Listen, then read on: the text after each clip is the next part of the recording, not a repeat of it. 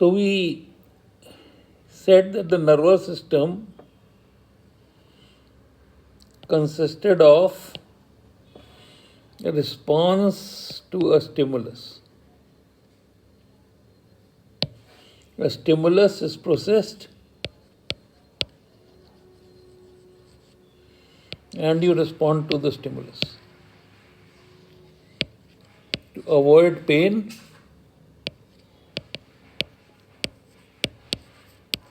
or seek pleasure,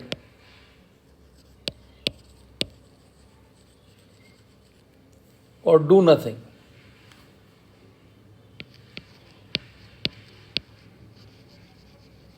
If the stimulus is neither painful or pleasurable, this is called as habituation.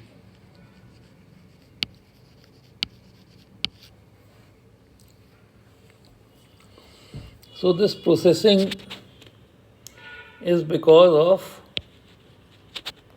a conscious response to a stimulus.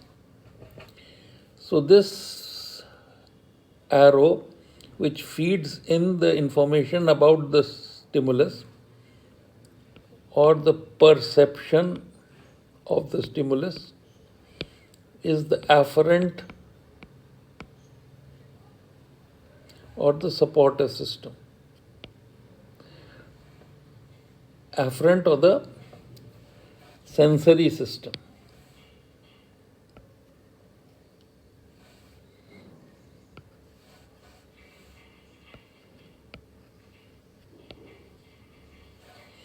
And this is the motor system. And as consciousness is involved in this response, this is called as voluntary. That means you have voluntary control over this motor activity. The second level we told you was the reflex system in the previous video, and this reflex system, there is no consciousness involved, not conscious, and therefore this is called a supportive sensory, and this is called a supportive motor.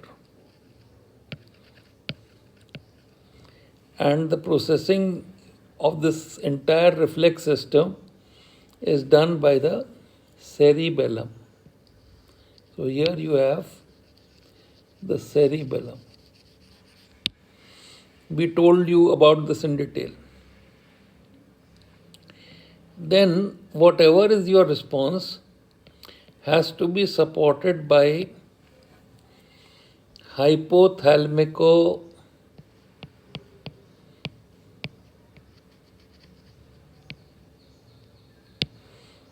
hormonal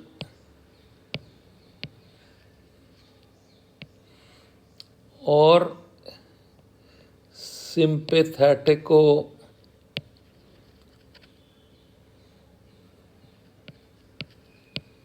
parasympathetic activity,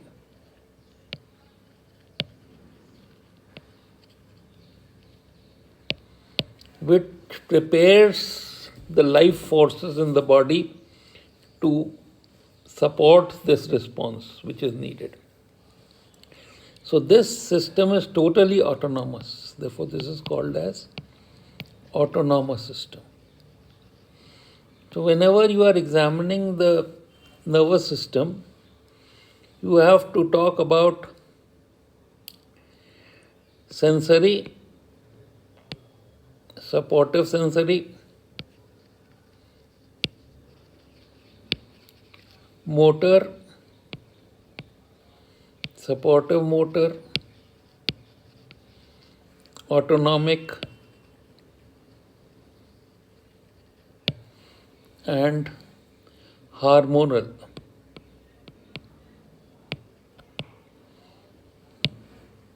Response to the stimulus.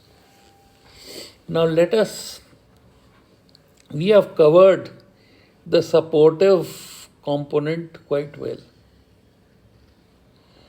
And now we'll cover the sensory motor and how the processing is done amongst this sensory and motor. So whenever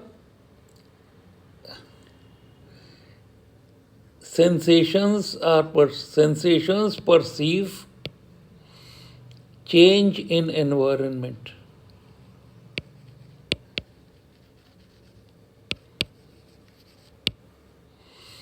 and this change in environment can be physical, mental,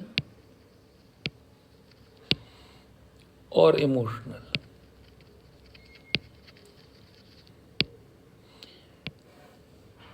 And this perception is either through the skin,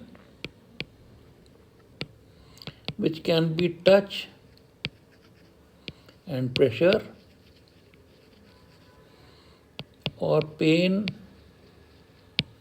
and temperature,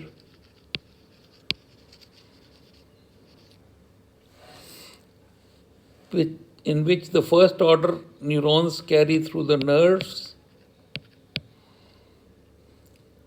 then the spinothalamic tracts, and then the thalamicocortical tracts.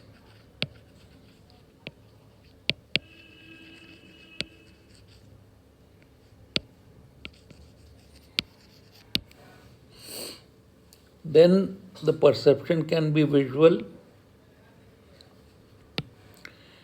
perception can be olfactory, perception can be taste and smell, perception can be auditory. And all these perceptions travel to the cortex, where they are classified into painful, pleasurable, neutral, or new. So neutral stimulus are suppressed. They do not reach your brain. And this phenomenon is called as habituation. For example, if there are sound bursts on a Diwali night, they will not wake you up. But possibly painful and pleasurable stimulus are reinforced. For example, a hissing of a snake will certainly wake you up. And the new stimulus, which you have never perceived before, will certainly be reinforced. So, depending on this classification, the cortex and the thalamus combination is able to classify the stimuli into these categories. Now let us see what is really happening.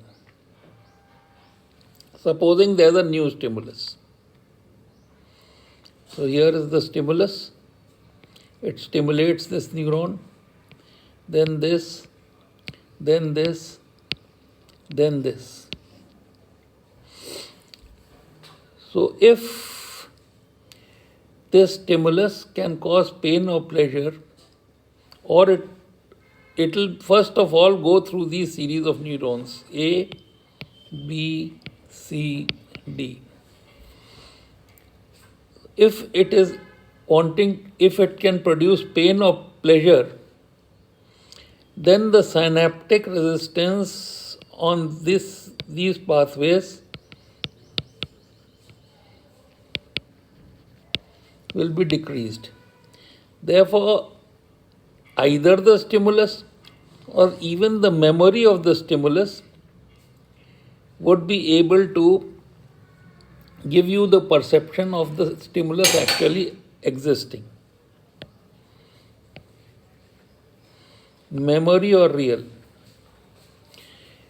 would be able to give you the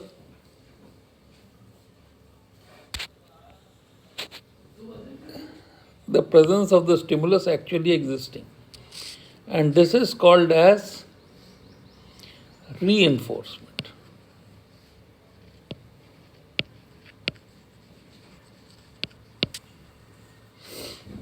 On the other hand, if the stimulus is neutral, then this resistance, the synaptic resistance, would increase and the stimulus will never be able to reach this end. This is called as habituation.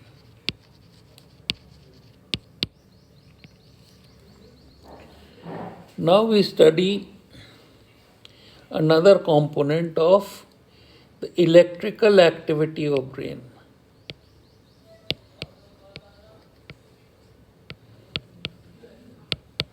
And how it is responsible for the sleep, wakefulness, and memory. There is what is called as the reticular activating system.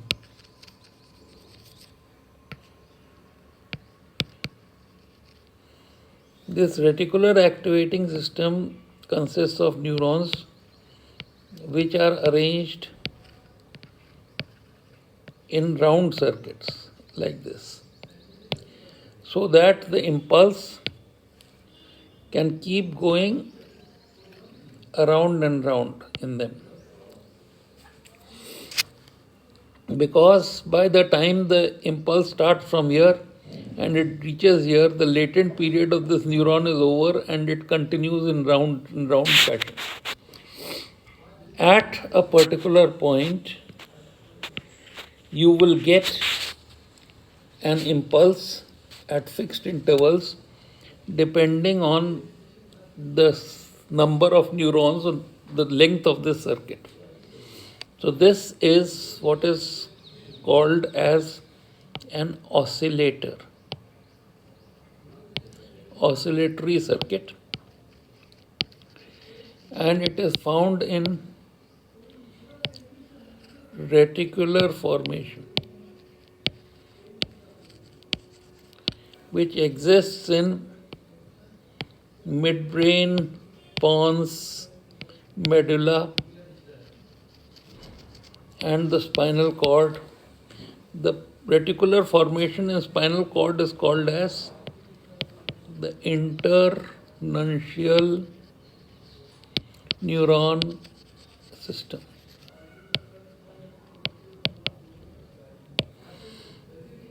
Now, supposing this is the reticular formation, and there are two types of pathways. We'll talk of the ascending first. They are going to the cortex. So these are reticulocortical fibers.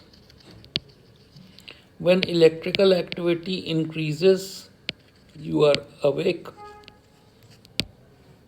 and when it decreases, you go to sleep. So this reticular formation is responsible for the electrical waves that you see on the electroencephalogram. So this is like the light in the room. But then another part of the reticular formation goes through the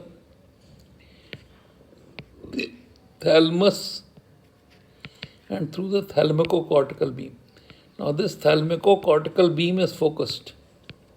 It will enlighten only a small area of the cortex, which is needed to become active so that you can process the stimulus that is coming. So this is reticulo-thalamicocortical beam. It's like a torchlight. And it activates only that area which needs to be activated so that the memory is available and you can respond to that memory in an appropriate manner. So, when this reticulo-thalamico-cortical system acts while you are sleeping, it is a dream.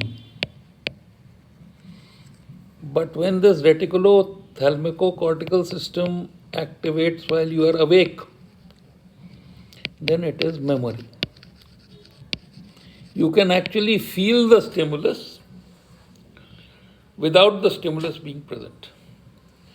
And this mechanism of storing information about the various perceptions is called as learning.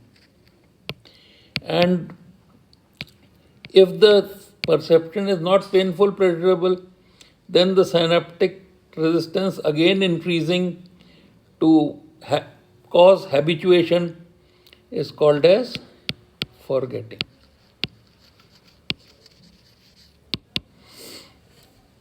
So this is the basic parameter by which you are conscious, you can keep memory, you can learn memory, you can forget what is not necessary, and you can respond appropriately to the stimulus.